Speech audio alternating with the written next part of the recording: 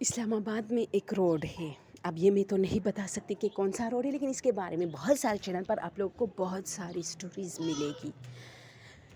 इस रोड पे जो भी रात के 12 बजे के बाद, चाहे वो कार में हो, बाइक पे हो, गाड़ी में हो, बस में हो, जहाँ में पैदल हो, उसको कुछ ना कुछ एक्टिविटी मिलती रहती है, तब अगर जिन्ना चाहे तो। दोस्तों, यहाँ एक बंदा जा रहा था और वो कहता है कि मुझे ये रोड बहुत पसंद है, क्योंकि इस्लामाबाद वैसे भी एक खूबसूरत मुकाम है, एक खूबसूरत जगह है, और वहाँ के जितने भी मकामात हैं, जितने भी रोडें हैं, बहुत क्लीन और ख़ूबसूरत है। तो वो कहता था कि मैं रात को मटर गश्त करने के लिए बाहर निकलता था और सिगरेट पी कर मैं उस रोड पर यानी एक वॉक करता था, और फिर दूर जाके एक कैफ़े आती थी जहाँ चाय पीने के बाद मैं वापसी करता था और फिर अपने घर आता था। ये मेरी रूटीन होती थी।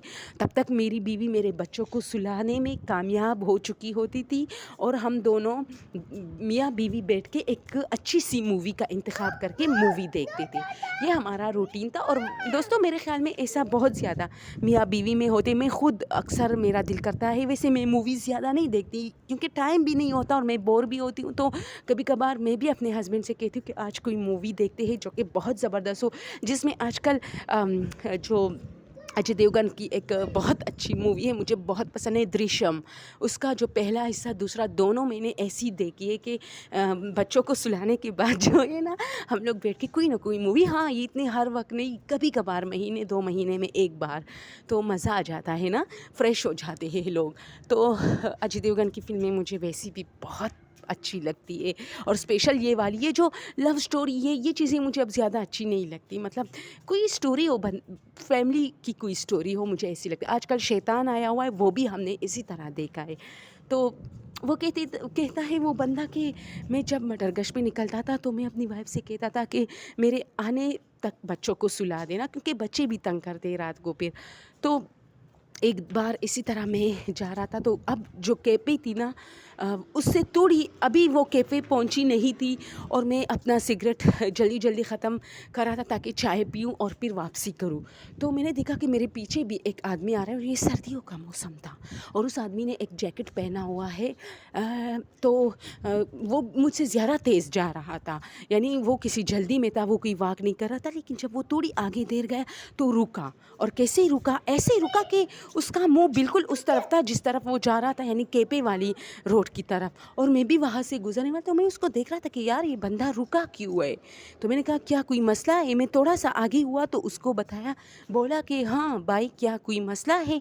वो उसने कोट पहना था, उस कोट का जो अपर होता है ना, और उसकी टोपी थी वो भी ऐसे डाली थी, तो उसकी आंखें मुझे नज़र नहीं आ रही थी। लेकिन इसका, और अंधेरे की वजह से भी मुझे उसका चेहरा नज़र नहीं आ रहा था। वहाँ लाइट से ऑन थी, लेकिन फिर भी वो जिस जगह पे खड़ा था वहाँ लाइटों की जो रोशनी थी वो नहीं पड़ रही थी। तो मैंने उसको कहा कि क्या कोई मसला है, तो उसने मुझे कुछ नहीं कहा। फिर मैंने कहा भाई, तो वो ऐसे मतलब 2-3 आवाज़ें दी, और वो मेरे बहुत करीब था, लेकिन वो मुझे आवाज़ नहीं दे रहा। मैं डर गया, मैं आगे की तरफ जाने लगा अपने रास्ते पे, और तेज़ हुआ। अब कैफ़े की जो रोशनियाँ थी वो मुझ तक पहुंच रही थी, यानी मैं करीब था। मैंने पीछे देखा तो वहाँ कोई नहीं था, ना कोई आदमी था, ना कोई मतलब। तो मैं कैफ़े में पहुंचा और चाय का ऑर्डर दिया, और फिर थोड़ी देर बाद मैंने देखा कि कैफ़े का जो मालिक था वो वही था, यानी उसी ने वो अपर पहना था और आके मुझे चाय पेश की, और उसी तरह उसकी आंखें और आधी नाक तो नज़र नहीं आ रही थी, आधी नाक और मुंह नज़र आ रही थी। तो मैं काफ़ी डर गया, मैंने जल्दी जल्दी चाय पी ली, और मैंने उसको बताया क्या तुम अभी मेरे पीछे तुम थे।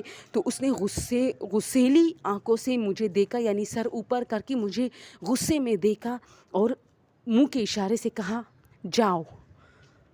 तो मैं काफ़ी डर गया और वहाँ से भागते भागते अपने घर पहुँच गया। फिर मेरी बीवी ने मुझे कहा कि मूवी देखते हैं, और मेरा दिल नहीं कर रहा था क्योंकि मैं डर गया था। मैंने अपनी वाइफ को कुछ नहीं बताया, लेकिन उस दिन के बाद मुझे अक्सर वो आदमी ख्वाबों में मिलता था।